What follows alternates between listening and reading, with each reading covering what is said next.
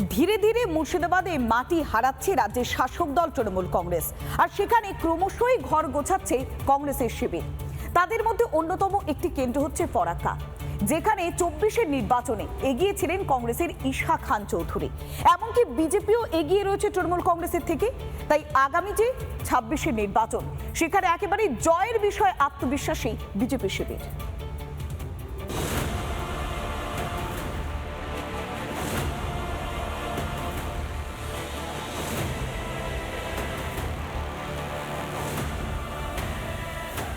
সংখ্যালঘু অধ্যুষিত মুর্শিদাবাদ জেলার ফরাক্কা বিধানসভায় ক্রমশ শক্তি বৃদ্ধি করছে জাতীয় কংগ্রেস। বিগত 2021 সালের বিধানসভা নির্বাচনে প্রায় 55% ভোট পেয়েছিল তৃণমূল কংগ্রেস, কিন্তু 2024 সালের লোকসভা ভোটে তৃণমূল কংগ্রেস এখানে পিছিয়ে পড়েছিল। 21-এ জেতা আসনে 24-এ পিছিয়ে তৃণমূলের মাটি হারানোর ছবি স্পষ্ট মুর্শিদাবাদের ফরাক্কা বিধানসভা কেন্দ্রে। 2021 সালে 54.89% ভোট পেয়েছিল তৃণমূল। 24-এ সেটা কমে হয় মাত্র 20.51%।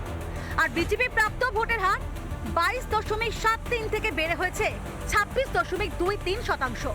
কংগ্রেস 19.43% থেকে এক লাফে পৌঁছে যায় 48.73%। ফরাক্কায় 40,533 ভোটে এগিয়েছিল কংগ্রেস। বিগত 2024 সালের লোকসভা ভোটের নিরিখে ফরাক্কা বিধানসভা এলাকায় 40,500-এরও বেশি ভোটে লিড পেয়েছিল জাতীয় কংগ্রেস। এই বিষয়টা মাথা ব্যথার কারণ হয়ে দাঁড়িয়েছে তৃণমূল কংগ্রেসের পক্ষে। মালদা দক্ষিণ লোকসভা কেন্দ্রের মধ্যে পড়ে ফরাক্কা। এখানকার সাংসদ কংগ্রেসের ঈশা খান চৌধুরী। 24-এ তার জয়ের পর 26-ও আশাবাদী হাত শিবির। লোকসভার সদস্য হিসাবে ঈশা খান চৌধুরী যে কাজ করছে সেটা মানুষের কাছে ছাপ ফেলেছে। এসআইআরকে কেন্দ্র করে যেভাবে মনিরুল ইসলাম একটা গুন্ডামি করলো, সে গুন্ডামির প্রতিফলন কিন্তু প্রত্যেকটা মানুষের মধ্যে দেখা গেছে। সম্প্রতি এসআইআর শুনানির সময় ফরাক্কার বিডিও অফিসে তাণ্ডব চালায় তৃণমূল। নেতৃত্বে ছিলেন স্থানীয় ঘাসফুলের বিধায়ক মনিরুল ইসলাম।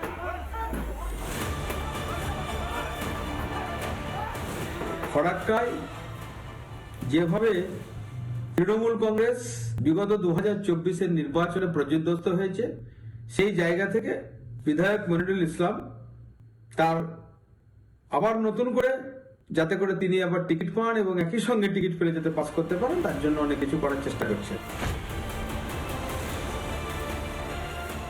এখানে কংগ্রেসের সঙ্গে বিজেপির লড়াই হবে এবং আমরা আশাবাদী যে আমাদের যে 37% এখানে হিন্দু আছে তারা এবং একই সঙ্গে ফরাক্কার যেসব রাষ্ট্রবাদী মুসলমানরা আছেন, ভারতবর্ষের প্রকৃত মুসলমানরা আছেন, তারা আমাদের ভোট দেবেন এবং এখানে আমাদের বিজেপির বিধায়ক নির্বাচন হবে।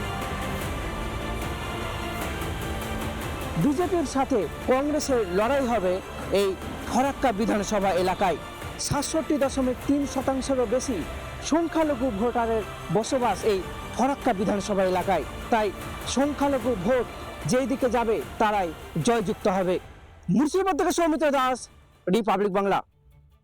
নানা ধরনের কন্টেন্ট দেখার জন্য লাইক করুন, শেয়ার করুন আমাদের ফেসবুক পেজ, সাবস্ক্রাইব করুন আমাদের ইউটিউব চ্যানেল।